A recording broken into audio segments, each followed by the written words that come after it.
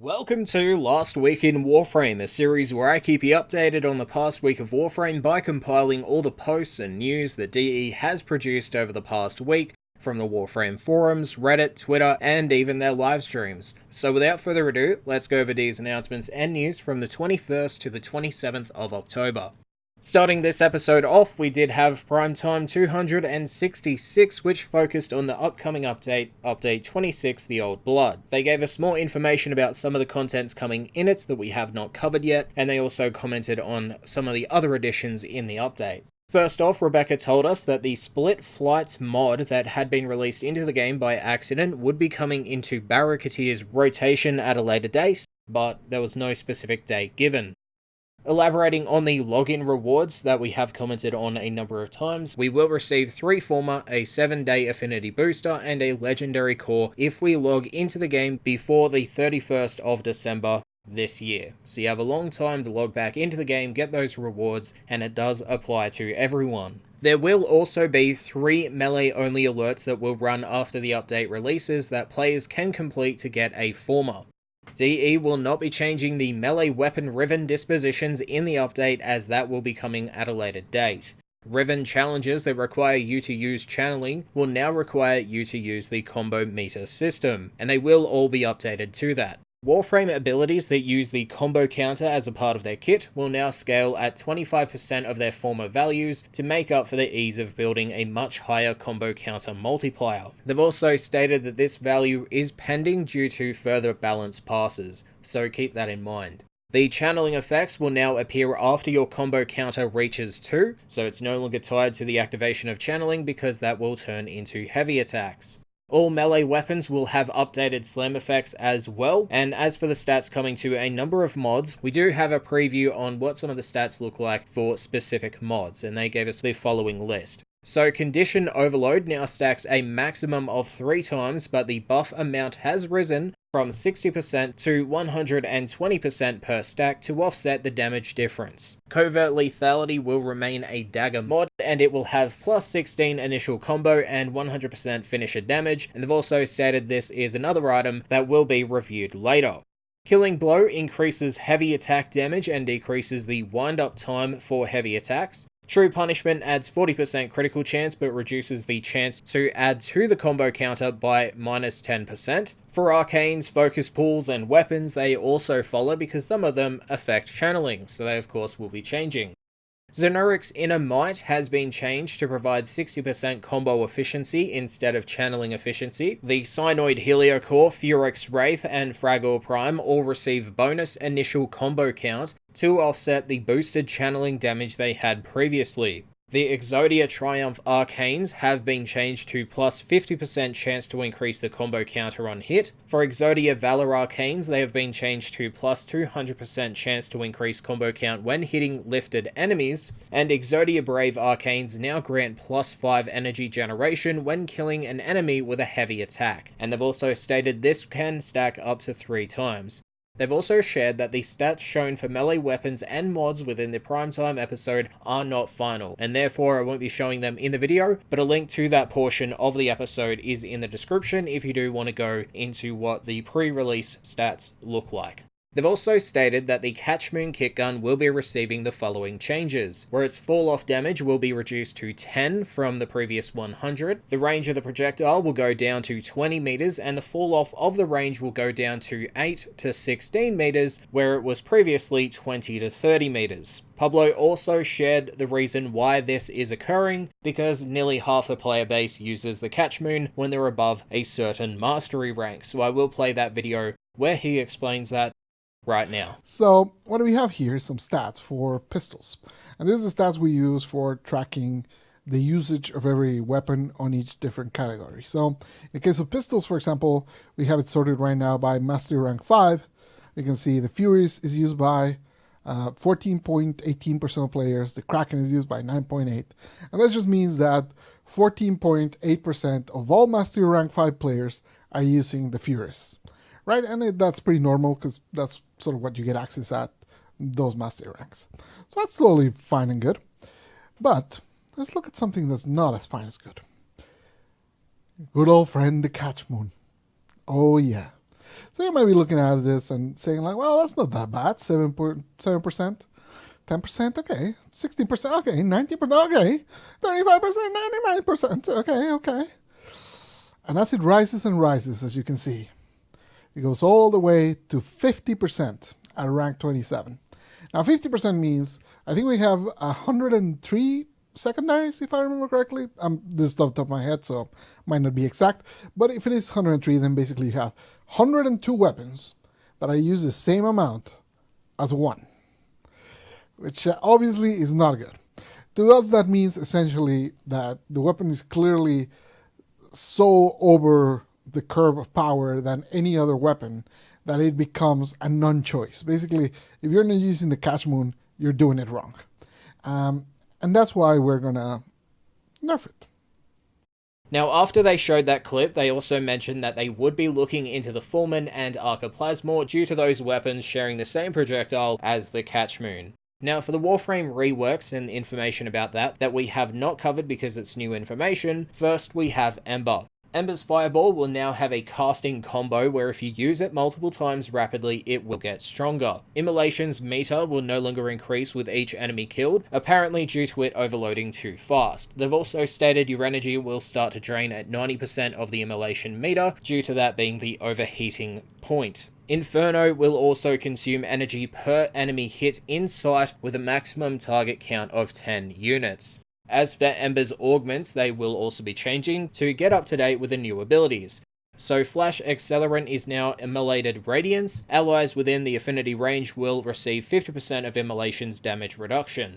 Fire Fright is now Cauterizing Blast. Each enemy hit heals Ember by 25 to 50 based on the level of the immolation meter. Firequake is now Exothermic. Enemies killed by Inferno have a 15% chance to drop an energy orb. The heat status proc will also be changing with Ember's rework, so that all heat status procs now reduce armor in increments over time. They've also made it so applying the status proc multiple times will increase the damage per tick. Now Vauban's rework. It remains the same since we last covered it, but we have more information on his augments. Repelling Bastille and Perpetual Vortex have been combined into one augment. Tesla Nervos is the name of his first ability, and the augment is named Tesla Bank. While a target has Nervos attached, any damage is channeled into an 8-meter burst of electrical damage on expiration. Photon Strike, which is his orbital strike ability, now has the augment Photon Repeater. If Photon Strike hits at least 5 enemies, the next cast will cost no energy. Now, as previously mentioned on the channel, Titania will be receiving a few changes. They have stated that her Dex, Pixia, and Diawata will be receiving changes when they release the Railjack content, because they classify that as Arcwing. But as for the stuff changing, Titania's cast animations are now an upper body animation only, with the exception of Razor Wing. The Thorns tribute now has damage reflected and damage reduced. Razorflies can pick up tributes. Titania can spawn up to 4 more Razorflies if all tributes are active. Enemies directly affected by Titania's Lantern will now have any damage they take dealt to them when the ability ends, and Titania can now transfer to the operator during Razor Wing. Now the Zealoid Prelate boss fight will also be returning permanently, as they previously stated. It will be tied to the Derelict, and we will need to buy a purchasable key blueprint via the market, and then build it in our foundry. The config slots will be available for purchase for 10 platinum each, but before you can purchase them, you will need to be at least Mastery rank 10. Kavat Imprints will be given in batches of 3. Grendel's keys for her part acquisition will be per part, so a key for the Neuroptics, Chassis, and Systems will all have their separate keys. Players will also be able to group up together with those who have different keys and still get the reward that they went in with using that key. So the host could be using a Chassis key, and you can enter with a Neuroptics key, and you'll still get your Neuroptics upon completion. Also, these keys won't be consumed if you do fail the mission. The Parazon. It will be given to the players during the tutorial for any new players, and for those who are past it, we'll have it in our Arsenal tab. We will have 3 basic mod slots on our Parazon, with mods that reduce hacking time and more. Now the Intruder mod will also be moving to the Parazon, and that reflects the Parazon mods we'll have, which will be reducing hacking time, etc. And these mods will drop from Spy Vaults. There will also be 3 more slots which are above the aforementioned basic mod slots, and these are for the Requiem mods, which were previously dubbed Immortal mods. These are specifically for Kuva Liches, and we will need to farm them. A new Relic tier system will be coming as the Tier 5 Requiem Relic. These will be tied to the Requiem fishes that will appear on the Kuva Fortress, and these new relics drop Requiem mods, which I just mentioned, which we will need to have in order to kill our Kuva Lich. These relics will be a guaranteed drop from Kuva Flood missions, and they will have a chance to drop from Kuva Siphon missions. But, as for the contents, you will of course have the aforementioned mods, but they will also contain Kuva, I-10 Amber Stars, Pexless Adapter Blueprints, aka the primary and secondary weapon Exilus slots, and something new called Riven Fragments. They showed off the building price for the Pexless Adapter, and it will require 25,000 credits, 1 former, an exceptional sentient core, and an Orokin cell. Riven Fragments can also be used to purchase a Veiled Riven mod from Palladino in the Iron Wake once a week.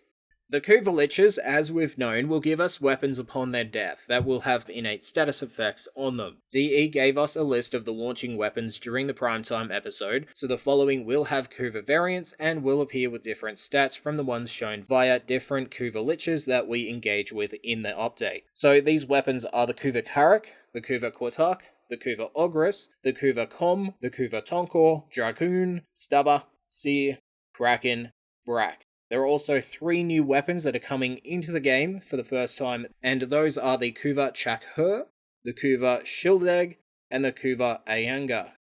I guess that's how you say it. These weapons won't come with slots upon the Kuva Lich's death, and instead can be found in your foundry whenever you don't have a slot and then you need a slot, you buy it and then you go to the foundry and it'll be there. Also, if players convert their Lich, the weapon will remain with the Lich. Now you will also need to have completed the War Within to experience the Liches. Previously we mentioned that the Lich would steal our rewards, and they elaborated on that in the primetime episode. The Lich will be able to steal our rewards upon playing their influenced nodes. Keep in mind players will be able to select which version of the node they want to play, so either the normal variant or the Kuva Lich influence variant. Rebecca stated that you would receive some of the rewards back from the Lich upon its death, and they showed that it could steal credits, mods, and resources, but you would only have a chance to get some of these items back upon its death. When asked about a Lich stealing your condition overload if you got it in a mission as a reward, Rebecca said you'll have to wait and see, so take that as you will. Operators can still be used to hack terminals, they just won't use the Parazon. The Mastery Rank 28 test has been made and will be made available with the release of the update. Channeling Efficiency Riven mods will be turned into Combo Efficiency mods. The options menu will be updated to UI 3.0 as shown on screen. The dry dock will not be in the mainline update. The loading screens will be updated with the mainline update. The health bar for the Emissary boss fight will be coming to eligible boss fights in the mainline update as well. And yeah, that's the end of the information they shared during Primetime 266, but in regards to Update 26, the Old Blood, DE had informed us on their plans for feedback and bug fixing after the launch via a forum post where they said the following. We know this update has a ton of new and changing content, so we will be looking to work together with everyone's feedback in mind after you've played the Old Blood. To set realistic expectations on how we are going to be supporting the launch of Update 26, we've put together a brief table of 2 tracks we'll be working on. The bug track. Because it's a mainline, we have to fight fires. The majority of Day 1 and 2 hotfixes will speak to obvious bugs and issues, major impedance in design, and more. And then you have the feedback track. Because so much is changing by design, we want to be clear on how we're handling your feedback and where we're reading it. The majority of week 1 to 2 hotfixes will speak to feedback. We've all been playing with the current version of Melee for months, the current version of Ember for years, and so on. We want to combine feedback and stats together to iterate. To be a part of the feedback conversation after launch, please be constructive and clear, and most importantly, patient. There's nothing wrong with first reactions, but relearning takes time. We are especially interested in feedback from players who have taken time to understand the Old Blood. So in the bug track, they have obvious bugs and issues and major impedance and design issues. For feedback, they have Kuva Lich, Warframe changes, and Melee Phase 2 technique. As for where they would read your feedback, it is displayed up on screen. Nightwave Intermission 2 went live on all platforms last week, and there is currently no end date, but the most notable rewards for you guys to farm if you want them or didn't get them the first time they were around is the Saturn 6 armor set and Syandana, the Eidolon ephemera, and an Umbra former. The Hallowed Flame Tactical Alert is also live on all platforms, and it runs up until the 1st of November at 2 PM Eastern Time. The main reward for this alert is the Neighbourus Ephemera and the Stratus Emblem, but you can also acquire an Orokin Catalyst former and an Aura former. The Neighbourus Ephemera will be unlocked forever once you earn it, but its acquisition method will only be available during Halloween each year. Lastly, for developer tweets, we had one video from DE George previewing some music that will be coming in Update 26, The Old Blood, and that follows.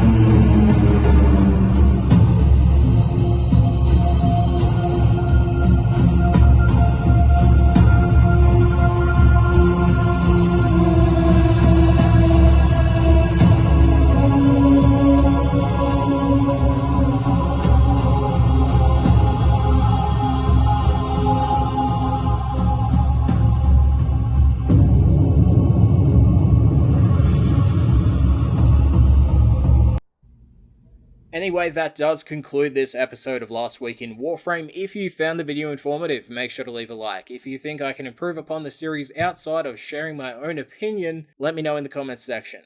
Also, if you want to grab the channel glyph, it is up on your screen. There are 5 codes per platform. I chuck the codes at the end of every single video on the channel, so yeah, they're available via that. And if you want to check out the last week's episode, which has more information about upcoming changes, head over to that by clicking the annotation on your screen. Thank you for watching, and I will see you guys next time.